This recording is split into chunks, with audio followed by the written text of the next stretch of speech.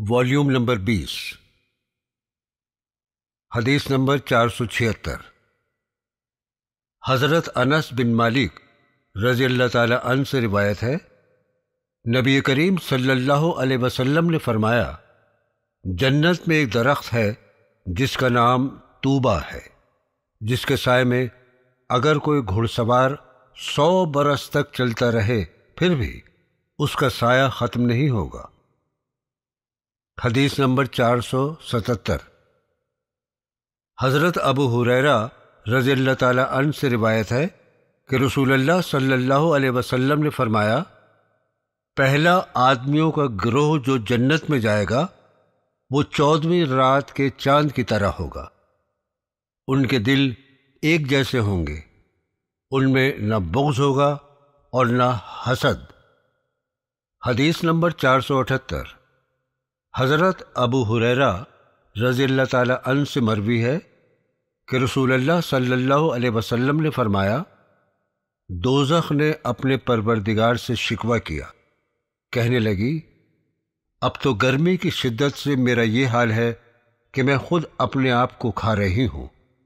اس وقت اس کو سال بھر میں 2 بار سانس لینے کی پروردگار نے اجازت دی، ایک سانس اندر سردی میں اور ایک سانس باہر گرمی میں۔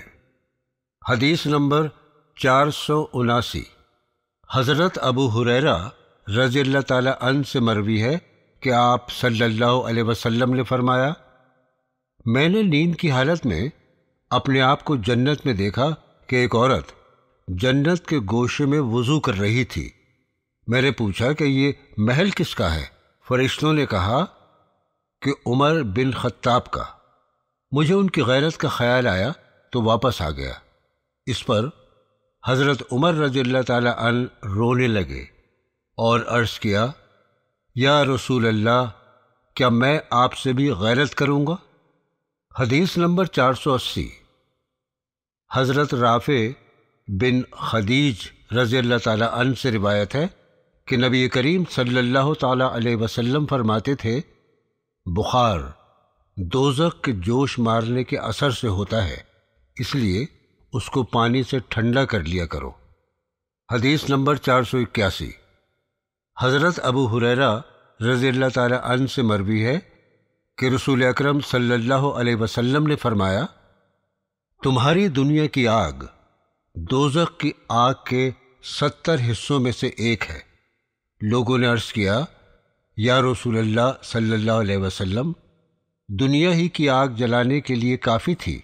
آپ نے فرمایا، دوزخ کی آگ 69 حصے اس سے زیادہ گرم ہے اور ہر حصہ دنیا کی آگ کے برابر ہے۔ حدیث نمبر 482۔ حضرت اسامہ بن زید رضی اللہ تعالی عنہ سے روایت ہے، میں نے رسول اللہ صلی اللہ علیہ وسلم سے سنا، ایک شخص کو قیامت کے دن لایا جائے گا اور اس کو دوزخ میں ڈال دیا جائے گا، اس کی اتڑیاں پیٹ سے باہر نکل پڑیں گی اور وہ اپنی اتڑیاں لیے ہوئے گھومتا رہے گا۔ سارے دوزخ والے اس کے پاس جمع ہوں گے اور اس سے کہیں گے، یہ کیا معاملہ ہے؟ تم تو دنیا میں اچھے تھے، ہم کو اچھی بات کا حکم کرتے اور بری بات سے منع کرتے تھے۔ وہ کہے گا، بے شک میں تم کو تو اچھی بات کا حکم کرتا تھا مگر خود عمل نہیں کرتا تھا، اور تم کو بری بات سے منع کرتا تھا مگر خود بری بات کیا کرتا تھا۔ حدیث نمبر 484۔ حضرت ابو ہریرہ رضی اللہ تعالی عنہ سے مروی ہے کہ رسول اللہ صلی اللہ علیہ وسلم نے مجھے صدقہ فطر میں جو غلہ آیا تھا اس کی حفاظت پر مقرر کیا۔ ایک شخص آیا اور وہ غلے میں سے لب بھر بھر کر لینے لگا۔ میں نے اس کو چور سمجھ کر پکڑا اور کہا، میں تجھے رسول اللہ صلی اللہ علیہ وسلم کے پاس لے کر جاؤں گا۔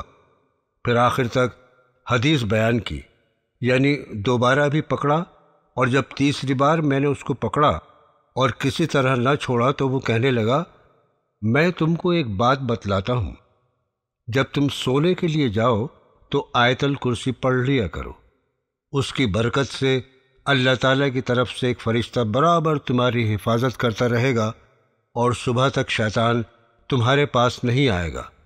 میں نے جا کر نبی کریم صلی اللہ علیہ وسلم سے یہ معاملہ بیان کیا۔ آپ نے فرمایا وہ بڑا جھوٹا ہے، مگر یہ بات اس نے سچ کہی ہے، وہ آدمی نہیں شیطان تھا۔ حدیث نمبر 485۔ حضرت ابو ہریرہ رضی اللہ تعالی عنہ سے مروی ہے کہ رسول اللہ صلی اللہ علیہ وسلم نے فرمایا، شیطان تم میں سے کسی کے پاس آتا ہے اور اس سے کہتا ہے یہ کس نے پیدا کیا، وہ کس نے پیدا کیا؟ آخر میں یہ کہتا ہے اچھا اللہ تعالیٰ کو کس نے پیدا کیا؟ جب وہ کسی شخص کو ایسا وسوسہ ڈالے تو وہ اعوذ باللہ من الشیطان الرجیم پڑھے اور شیطانی خیال کو چھوڑ دے۔ حدیث نمبر 486۔ حضرت جابر رضی اللہ تعالی عنہ سے روایت ہے کہ نبی کریم صلی اللہ علیہ وسلم نے فرمایا، جب رات کا اندھیرا شروع ہو جائے تو اپنے بچوں کو گھر کے اندر روک لو، گھر سے باہر نہ جانے دو، کیونکہ اس وقت شیطان گھومتے ہیں۔ جب رات کے وقت میں سے ایک گھڑی گزر جائے اس وقت بچوں کو چھوڑ دو اور رات کو سونے سے پہلے دروازہ بند کرتے وقت بسم اللہ پڑھو اور بسم اللہ پڑھ کر چراغ بجھا دو۔ پانی کا برتن، سراہی، گھڑا وغیرہ ڈھانپتے وقت بسم اللہ پڑھو اور ڈھانپنے کو کچھ نہ ملے تو کوئی چیز اس پر آڑی رکھ دو۔ حدیث نمبر 487۔ حضرت سلیمان بن سرد رضی اللہ تعالی عنہ نے کہا، میں نبی کریم صلی اللہ علیہ وسلم کے پاس بیٹھا تھا اور دو آدمی گالی گلوچ کر رہے تھے۔ ایک کا رنگ سرخ ہو گیا، گردن کی رگیں پھول گئی تھیں۔ نبی کریم صلی اللہ علیہ وسلم نے فرمایا، مجھے ایک دعا معلوم ہے، اگر یہ شخص اس کو پڑھ لے تو اس کا غصہ جاتا رہے گا۔ اعوذ باللہ من الشیطان الرجیم پڑھ لے تو یہ حالت نہ رہے گی۔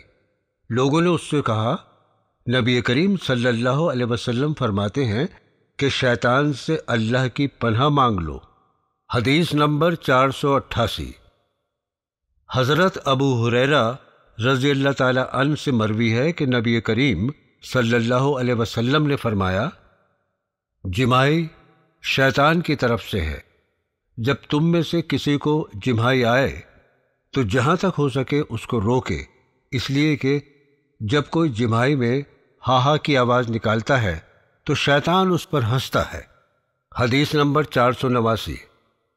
حضرت ابو قتادہ رضی اللہ تعالی عنہ سے روایت ہے کہ نبی کریم صلی اللہ علیہ وسلم نے فرمایا، اچھا خواب اللہ تعالیٰ کی طرف سے ہوتا ہے اور برا خواب شیطان کی طرف سے ہوتا ہے۔ جب کسی کو برا خواب آئے جس سے وہ ڈر جائے تو وہ اعوذ باللہ من الشیطان الرجیم پڑھے۔ حدیث نمبر 498۔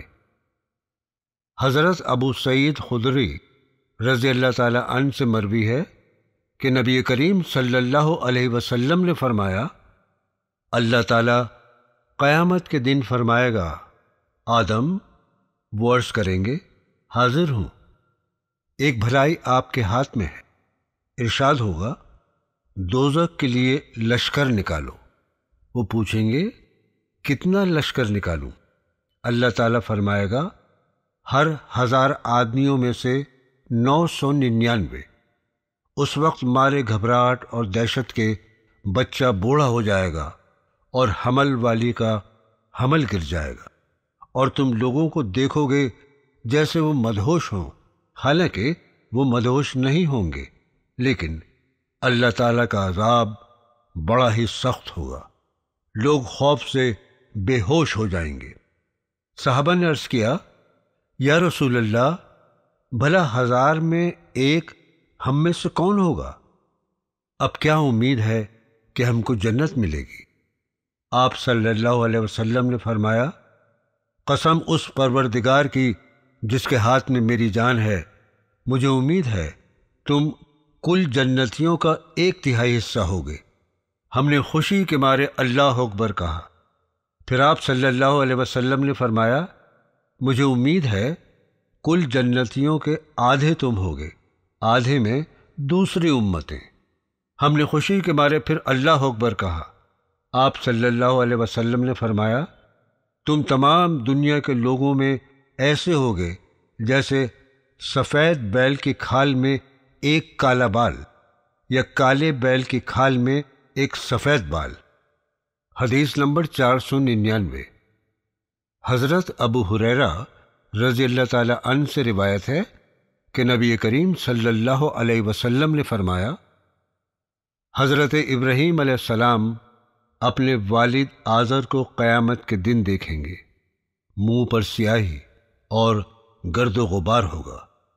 حضرت ابراہیم علیہ السلام کہیں گے، کیا میں نے دنیا میں تم سے نہیں کہا تھا کہ میری نافرمانی مت کرو؟ آزر کہے گا، آج میں تمہاری نافرمانی نہیں کروں گا۔